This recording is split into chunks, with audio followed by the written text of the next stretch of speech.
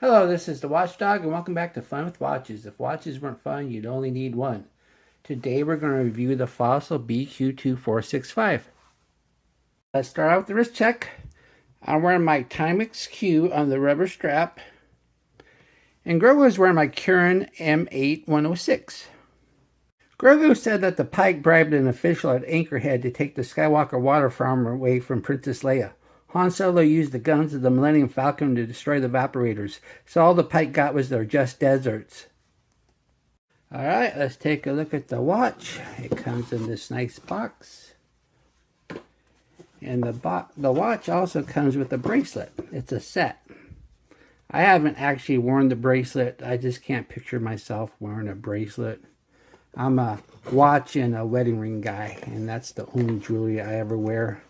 So I just don't know, but the watch came with the bracelet, so why not?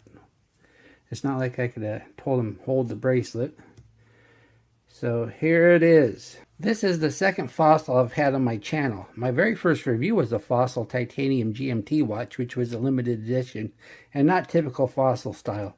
I've been focusing so much on AliExpress watches that I have kind of been ignoring Fossil ever since. I saw a sale on Facebook and decided I better give Fossil another look. This time I wanted to choose something a bit more simpler. This is just a basic three-handed quartz watch with no date and a leather strap. This is also a set with a matching bracelet. I'm really not into wearing anything other than my wedding ring and a watch, so the bracelet has remained in the case. The watch is 41.5 millimeters width, 47.2 millimeters lug to lug. Only has a 9.7 millimeter height, so it's pretty thin. Has a 22 millimeter lug width and weighs 60 grams on the supplied leather strap.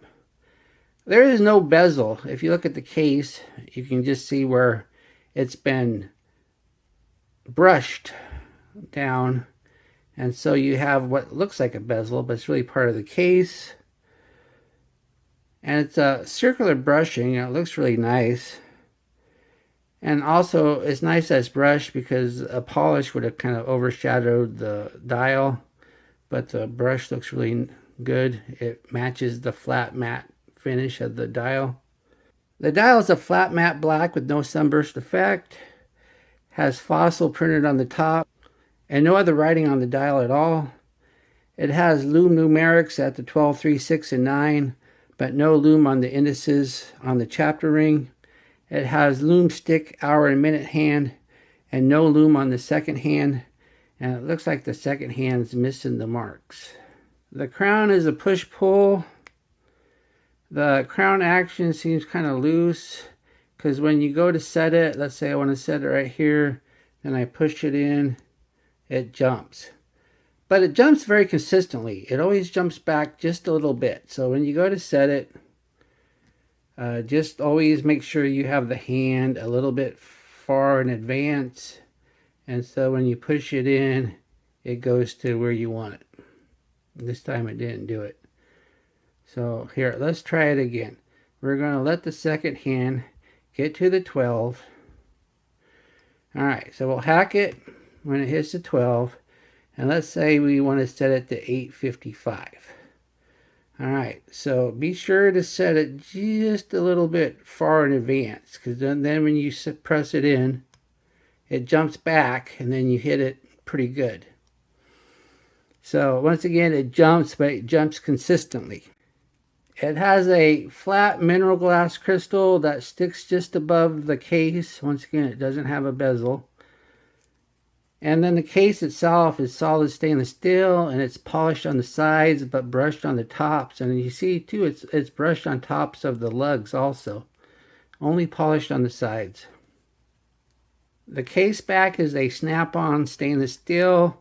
Fossil allows you to engrave their watches, so they always leave the center of the case back smooth so you can engrave it.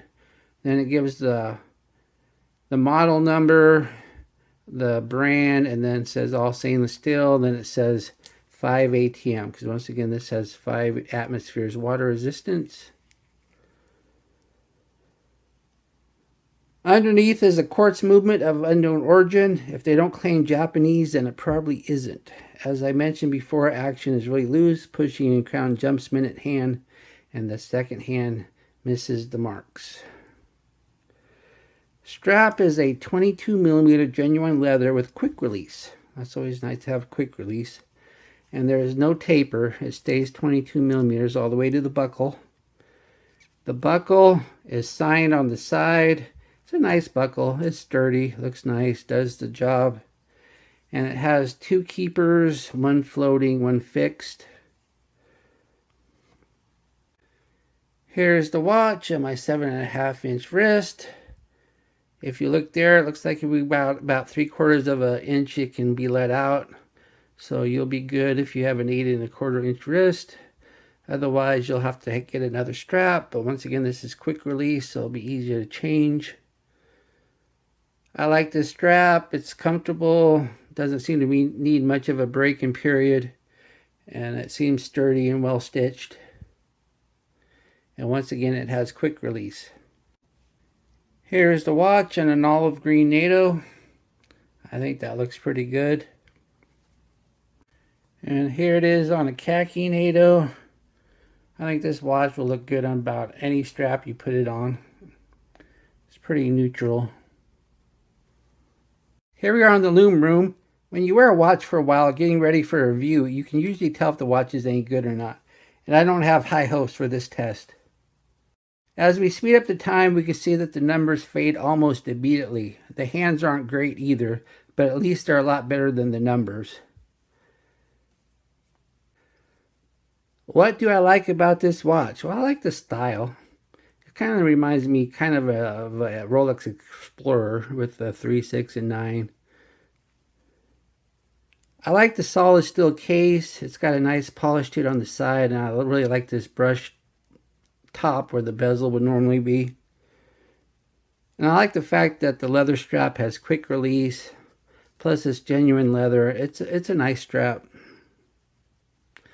What are my gripes and groans? Loose crown action and minute hand jumps when setting. Always makes setting a watch a chore.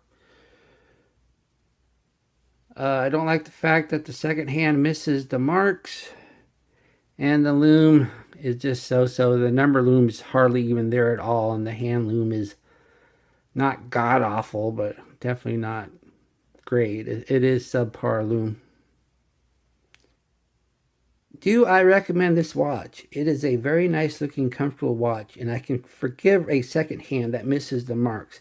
But I really hate it when I push in a crown and the minute hand jumps. But at least I must admit, this one jumps in a very consistent manner.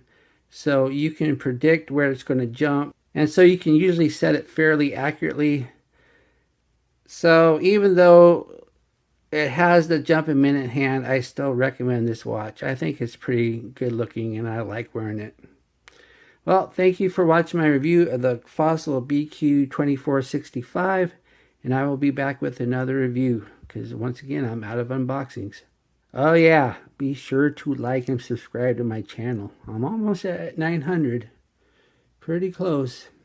Bye.